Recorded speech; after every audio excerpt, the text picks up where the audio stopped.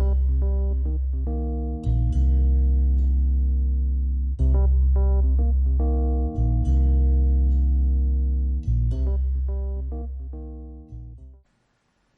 everyone, welcome to another one of my care videos, although my videos are mainly there to raise awareness of mental health and mental health carers. I hope all who view them find such videos educational. Now, as a note, a carer is someone unpaid who is caring for a relative, a friend or neighbour. A carer is usually care for someone who is unable to care for themselves, and those who are cared for by the carer do not actually have to suffer old age difficulties. What I'm trying to say here is that they could suffer from mental health problems or other physical problems that require someone to care for them. Now today, in this video, what I want to raise awareness of is where carers tend to sometimes go to for support, or that perhaps they should actually go to get that support, and that would be the carer centre. And there are hundreds of carer centres dotted around the UK, some independent, some aligned to big carer organisations like Carers Trust or Carers UK. But what they all have in common is the services that they provide for around the 6.5 to 7 million carers in the UK. Now, it is well known that carers can become isolated, and this is due to several reasons. Well, some of the main ones is that the cared for is suffering at the time chronic illness, and then the carer cannot possibly have the time to sort out their own needs. Hence, they're busy caring. Of course, if applied for, the local authority or the local services, if they have them, carers might get access to a care worker who could come in and give just a bit of that support to the carer.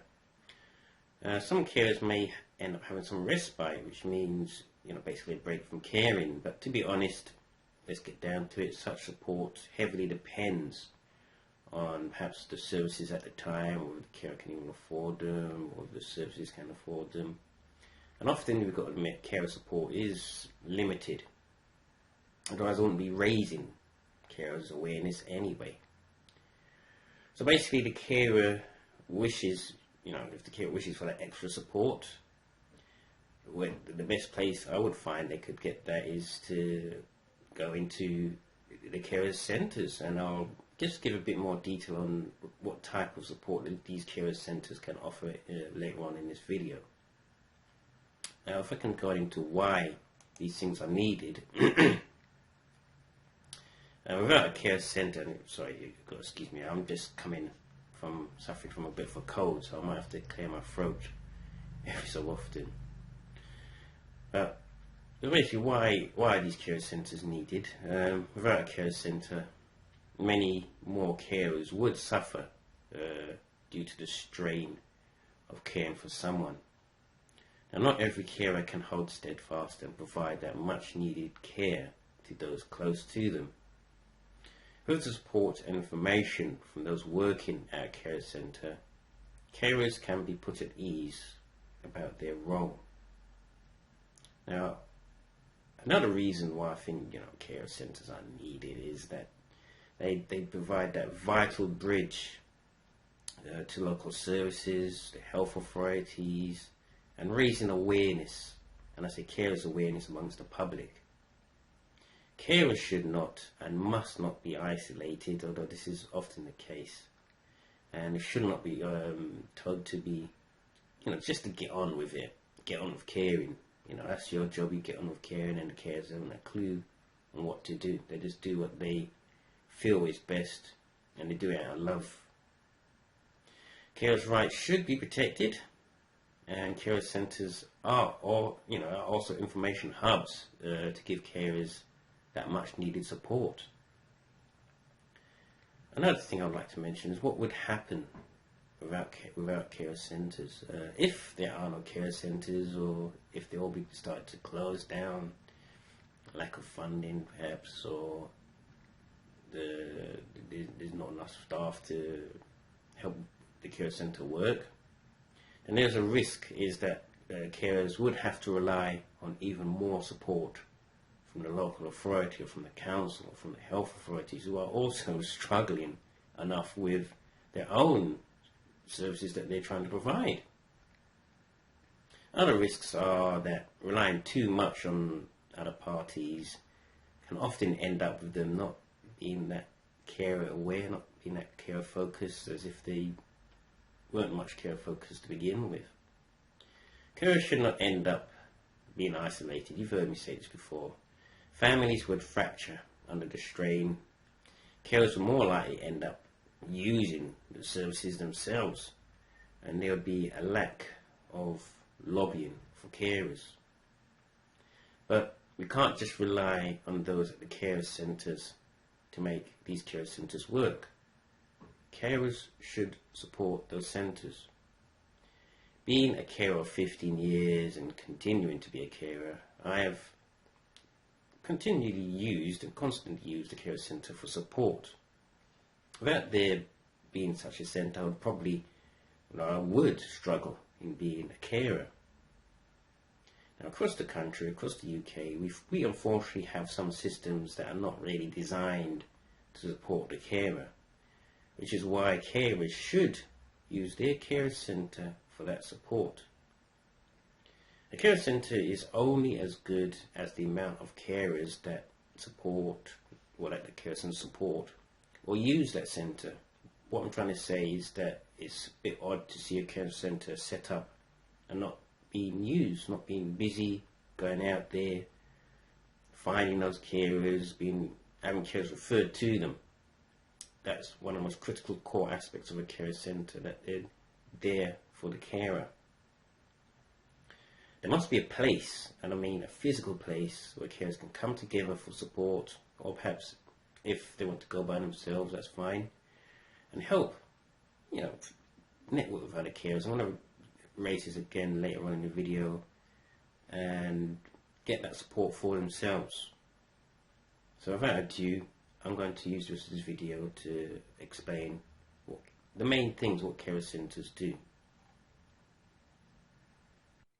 Care centres do a lot, and those who work at care centres also do a lot. And you know what, I cannot possibly go into every detail, but I will list some of the main activities of a carer centre. One of the first and most important thing a carer centre would expect them to do would be to listen to carers. This is obviously the first part, because the next part will be acting on carers' behalf, and I'll get into that in a bit. The first most vital role for care centres, as I said, listening to carers. When I do a speech or presentation, and this may be at events that I go to, I often say that doctors struggle to listen to me. But when I call my local care centre or book an appointment to see them, there will be a time and space where I'm heard. These are some of the following tasks of a care centre. One is on the phone support, or booking to meet a care representative. Referrals or signposting to other agencies, perhaps specialist care support. Provide information, for instance, via a website, a leaflet, one-to-one support on information, or perhaps they might have a carers group where they will provide updates and, again, information. Legal surgeries. Some care centres bring in solicitors who do community work and provide free advice to carers. Emotional and practical support for carers. Who says that only the cared for suffers emotional distress?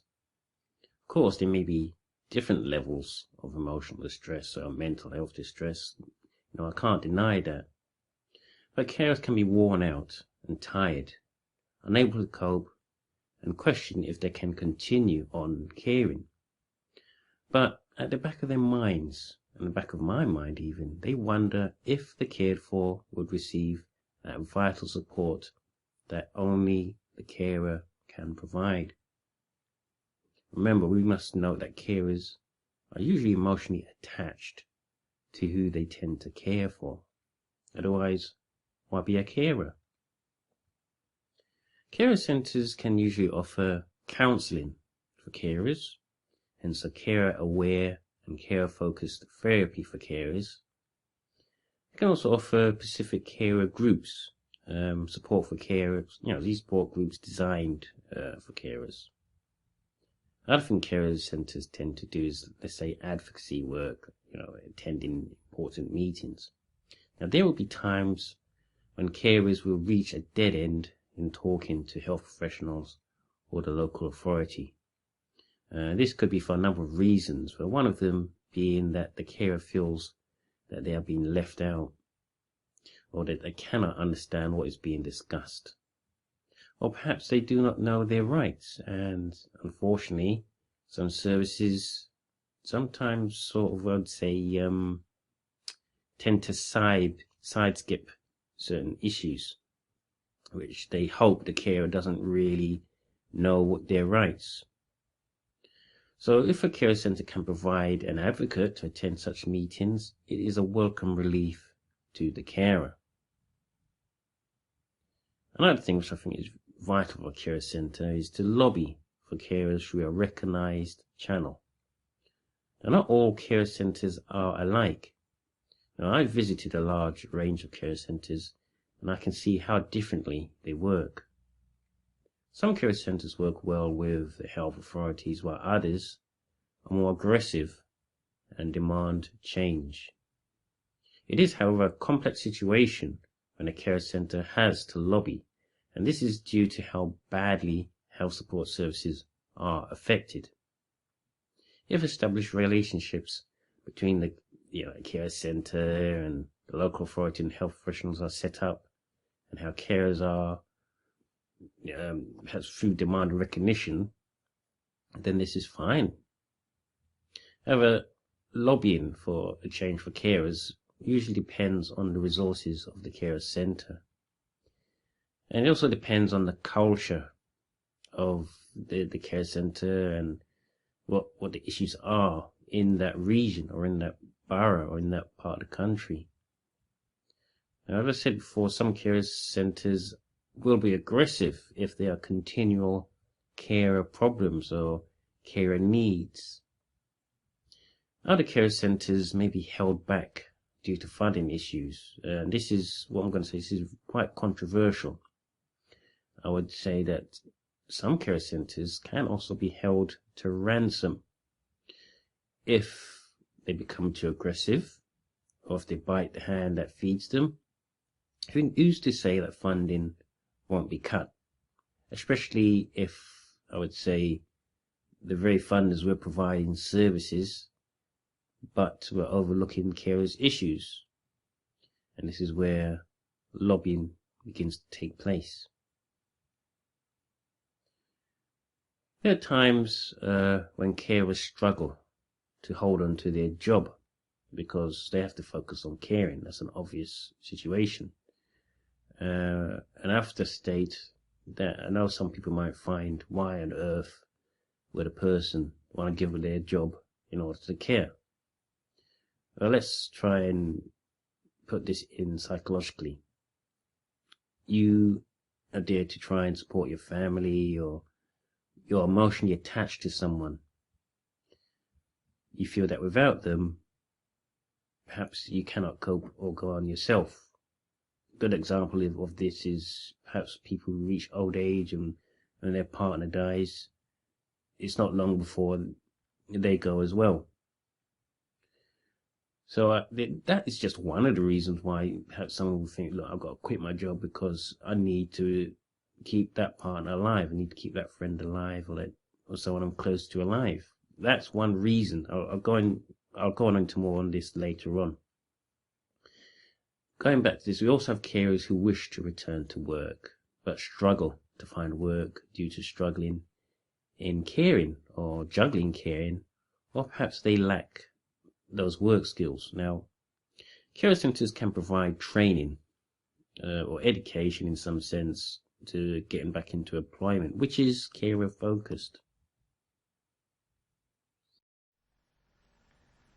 Carer centres do need support, as I mentioned earlier on in the video, and a number of ways a carer who does have that precious time to spare to volunteer can provide that support to a care centres. Obviously, it's critical if you are a carer, you have to be honest. Don't feel pressured to do any of these roles that I'm going to mention here if you just do not have the time. And to be honest, perhaps a lot of former carers tend to volunteer their time regarding the care centres on what they need. A good example would be like being a receptionist at a care centre, being trained as a befriender or peer support for carers, support carers, the care centres at the events or other activities, being part of a publicity group, going around hanging up leaflets, engaging at GP surgeries, health commissioners, raising carers awareness, speaking at events on behalf of the care centre, being members of the board at the care centre, fundraising, and many more things. Access to carers groups and networking with other carers, which I've always said is very vital. It's important that carer networking can be exercised so carers have a sense of identity. And I'll repeat that, it's so important carers have a sense of identity. One of the main reasons for networking is that carers know who they are, what they are doing, and why they are doing this. It's difficult enough role to be an isolated carer, and the stigma of the labelled carer can lock people into not getting any support whatsoever.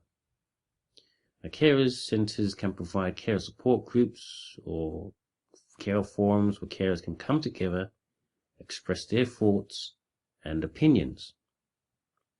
Another thing which is important for the carer is usually carers assessments. Now, this is quite important because recording that you are a carer to a database is not enough.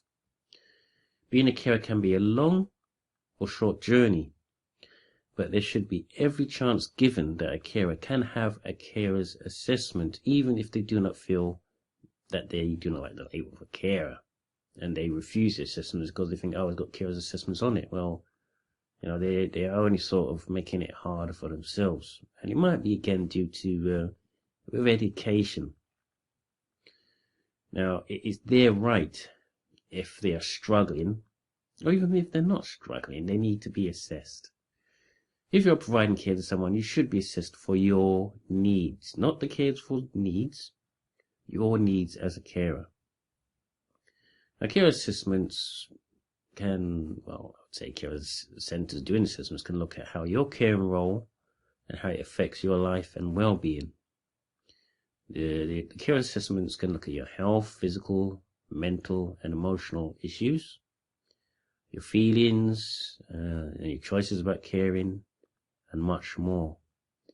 One important thing to know about care assessments, and I'll keep sort of going off tangent a bit, but I would say that care assessments is not a tick box exercise. In fact, if a care assessment is done on the day, I would think that something's very wrong. I would feel a care assessment might take almost a week to do, and there's several reasons. One is I would recommend that the carer ask for the form, the blank form, go through this with a carer's advocate, think carefully about what they're going to put on in that form. In fact, when they do come to be filling in that form, do it where the assessor's there. Depending who is going to assess you, if it's the health authority, bring someone with you. If it's someone at the care centre, it's not too bad. This is down to my experience of being assessed as a carer. I've had bad experiences. I've also had good experiences as well. And don't feel that this is something that's just done once a year. It can change due to the cared for situation. Usually care assessments are done once a year. If not, if it's not done, ask for it. It's your right. Again, I'll perhaps do a video blog or write a blog on carers assessments at a later date. Dealing with complex money situations. This also goes back to carers assessments as well. I find it strange if a carers assessment doesn't question your situation regarding financial issues. Carers and their loved ones can struggle to financially support themselves because, again, they may be using every other means to try and pay for food, heat, rent, and other important necessities. Now, carers centres can usually help with personal independent payments, which is actually replacing DLA, disability living allowance. And make sure, this is aimed at those using the services or the cared for. If the cared for is suffering mental health difficulties, you might have to be a little bit pushy and try and attend that meeting if the cared for is being assessed for these things. Care centres can also help with housing and council tax benefits and other, and I've not really gone into this deeply. Perhaps I'll have to do this again at a later date. But they can also look into any other issues regarding financial situations which the carer and the cared for is struggling with. Other important things that care centres tend to do is look into pampering and relaxation sessions. Now, depending on the care centre's resources, they can also provide perhaps an osteopath to help with carers suffering physical strain, hence carers who may have to move the cared for around the place, and they might pick up a lot of strain. Even if they weren't moving them around, sometimes the emotional strain can have a massive impact on the physical, on the body. Hence, you're being stressed and you're tensed a lot, you're hunched up. I'm sure you know what I mean by that. Care centres can also provide someone who can give some massage to carers in order to help them relax. I've seen some care centres provide yoga sessions for carers and other types of therapy. Another one, I suppose, is mindfulness therapy. Activities, care centres can provide these, and as humans, we are a social group. We like to be around others. Carers are no different, and even though they are busy in their role, there will be times when they want to do other things that does not involve caring. So some care centres can provide carers work on care garden, perhaps sewing workshops, singing, art workshops, going on walks, care walks, and other activities. Well, I hope I've managed to at least explain some of the main aspects of what a carer centre does. And if you are a carer or doing something specifically what a carer does, don't feel that you should be afraid of being that label as a carer, because you do need to have your rights protected. You do need to find out what a carer does and what you're doing for your loved one, just to do it properly even, and get that support, because at the end of the day they depend on you. So I really have hope I've explained what a care centre does. If you feel you've got any questions, feel free to ask, and if you're not sure about taking all in what I've said, play the video again and just find out. Basically, and a lot of this can be done through the web. Find out what your local care centre is, go down there, don't cope by yourself. Anyway, I hope to see you next time. You can check out my blog. I advertise this every so often. I'm also on social media. So, hope to see you next time, and good luck on your caring journey.